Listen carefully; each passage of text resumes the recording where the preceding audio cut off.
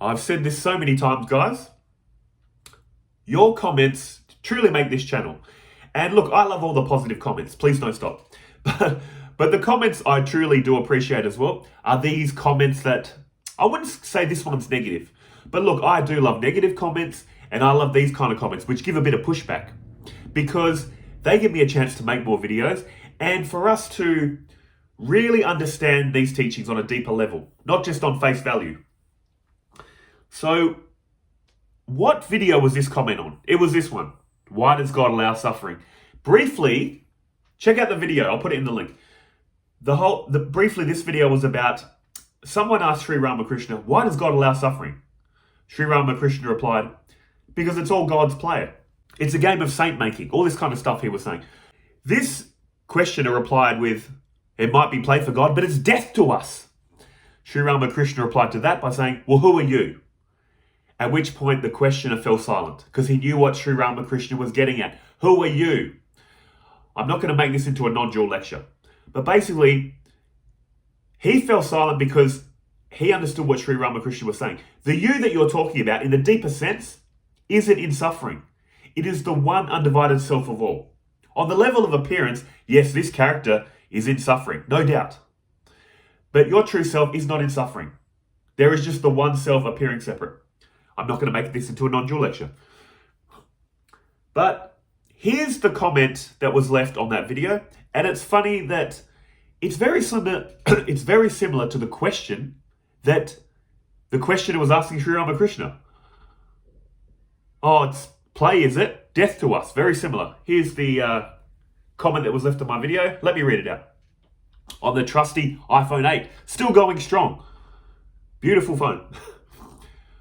I enjoy your videos, but this was circular reasoning to the extreme. Everything is God, but God creates suffering in order to create saints, so that in the end all will be God. Suffering, both human and animal suffering, is a very, very serious issue, and to reduce it to God's play is ludicrous. A truly pure being who lacks nothing, is completely at peace, would have no need to play or create anything at all. Least of all suffering on any level. Anyone who believes in a God that creates suffering as part of their play needs to aim higher. Bang, I love it. You are so correct. I agree. So let's really pick apart all of this. I'm going to start with a question. Just say you're an atheist. You don't believe in a God. You just believe in a cold, dark universe. We're born, living, gonna die.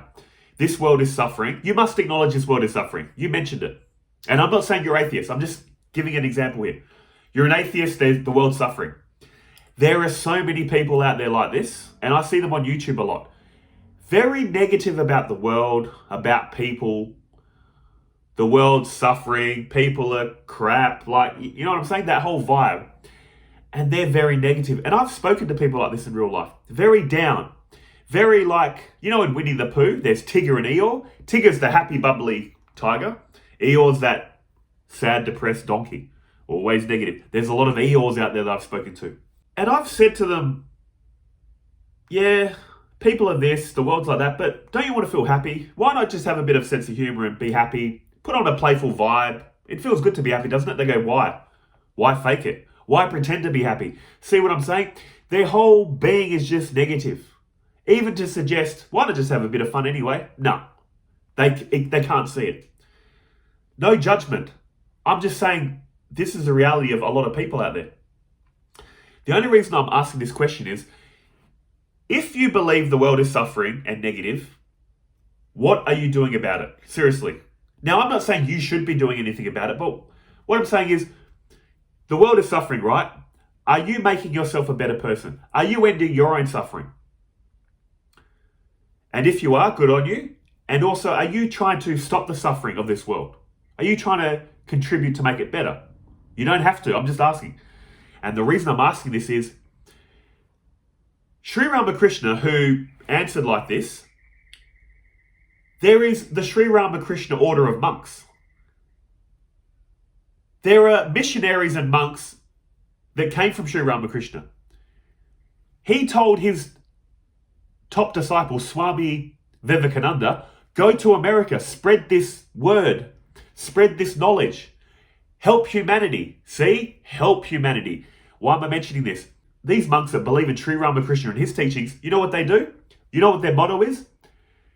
For your own salvation and your suffering, and for the welfare of the world. In other words, the monks that believe in these teachings are actively trying to end their own suffering, find inner peace, and they're out there helping the poor, providing aid, service, devotion to this reality. Why would they be doing this if this is all a play? See what I'm saying? There was also a devotee of Swami Vivekananda, which was a disciple of Sri Ramakrishna. Swami Vivekananda basically told him something like, on this spiritual path, there's two options. You can either attain the state of samadhi, merge into Brahman, merge into the infinite. If you can't do that, dream better dreams. What does that mean? If life is a dream, this is a collective dream. So if you can't merge into Brahman, merge into the infinite, make this dream of life better. He told this devotee, if you can't merge into Brahman, come and help me. Make this dream a better dream. How are they making it a better dream?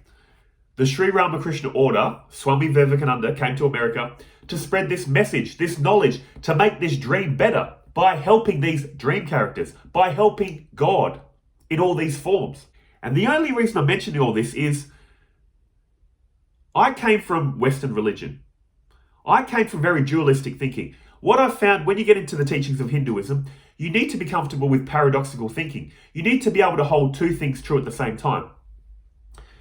Which is, if this is God's play, what does that mean? There is just the one source, undivided, always at peace. Like you mentioned, not in suffering, at peace. Why would God need to play? You're right. At the deeper sense, there is God's infinite being, always at peace, not coming, not going, was never born, never dying, all that kind of non-dual, all that kind of neo-Advaita speak. The one undivided source, always at peace, not needing to play. But on the level of appearance, things seem to be happening, don't they? So while things seem to be happening, what is the attitude we need, according to Sri Ramakrishna? Realize it's God appearing as all this, solve the problem of your personal suffering as this person, then spend the rest of your time devoting to this bigger self, this bigger reality. That's why they do all this acts of service, love, devotion. If it's all a play, why don't they just run off to a cave and not do anything? Some enlightened beings do that. Sri Ramakrishna also mentioned a story of three men approaching a big wall. The first man climbs up the wall, looks over, realizes, wow, look how great it is on the other side of the wall. He jumps over. The second guy climbs the wall, looks over and goes, whoa, amazing. Jumps over. There must be a party or something really great happening on that side of the wall. He jumps over. The third guy climbs the wall, looks over and goes, oh, wow. He's about to jump too, but then he looks back and thinks, what about all these other people stuck on this side of the wall? Someone needs to help them. These are the enlightened teachers that we should all be thankful for. The enlightened beings realize this world is just the one appearing separate. Ultimately, all suffering is an illusion. Ultimately, they can see it. But they also acknowledge we're all like dream characters. And us regular dream characters really take this to be real, are really in suffering. So these enlightened beings, out of compassion, think, well, they think they're suffering, so let's go help them. Because when you really feel like you're in suffering, you truly need help.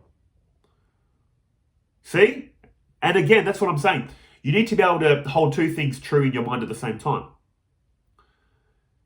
The enlightened beings know it's all an appearance. It's all just God's play. But in that play, they acknowledge people, apparently people, it's just God appearing as all these people, feel like they're in pain, suffering. So what's the only option? As this apparent person, as an enlightened apparent person, and you don't even have to be enlightened. We're not enlightened. We're just spiritual seekers. What do we need to do? Spiritual practice to end our suffering and spend the rest of the time, if you can't help others, don't make their life worse. And you don't have to become a Sri Ramakrishna, a Gandhi, a Mother Teresa. Everyone's body and mind is programmed differently. Some people are programmed to do a lot of good in the world. Others are just more programmed to keep to themselves. But that shouldn't stop you showing patience, love, understanding, and compassion to strangers. Helping when you can. Offering a kind word, a nice smile. See? Once you've found inner peace, once you've found the love in your heart, all that's left is to pour out that love outwardly. This is God's play, but the whole goal of the play is to realize your true self and to spread out love to those that haven't realized their true self. They are in suffering. You're right, there is literal suffering. When you take it to be real, it is real. There is no way around that. So help them, love them. That's the whole message of Sri Ramakrishna. I also like to say, here's another thing. I replied to this comment briefly, but then I thought, I want to do it justice by making it into a video. Because to be honest, I reply to comments on my phone, and how do I type? One finger. And I don't want to write long paragraphs with one finger. That's why I make these videos too. But I also replied to that comment. When you don't ask a question, you don't need an answer. In other words, nothing else in nature is asking questions. Animals, plants, they're not asking questions. Why did God do this? Why did God do that? Why is there suffering? They're not asking questions. Life is just living life. It's the same with the enlightened. See, when we're not enlightened, we have all these questions that we want answers to. The enlightened seem to have all the answers, but no questions. In other words, their mind has gone silent. When you don't ask a question, you don't need an answer. It'll be like, just say the grass was wet. Many people just walk along wet grass. They don't ask a question. No problem. When does the problem start? When someone walks on the grass and says, why is this grass wet? Now you need an answer, don't you? Because the sprinklers are on. Oh. Why were the sprinklers on? Because it's watering day. Why is it watering day? Oh, because the government says Tuesdays and Thursdays we can put the sprinklers on. That's why. Oh. Why are they the only two watering days? Why did the government say that? See? Every time you ask a question, you need an answer. Why? So this whole question of why does God allow suffering needs an answer. If you don't ask a question, you don't need an answer. And ultimately, your true self needs no answers because it asks no questions. You're right. It is, why would God need to play? Why would God need to play this game of saint making and suffering to attain God again? Don't ask the question, you don't need the answer. But when you ask a question, in dualistic language, you need a dualistic answer. But God is beyond dualism. Again, I like to say, guys, if you're new to the teachings of Hinduism, it's going to be very confusing, all this kind of stuff.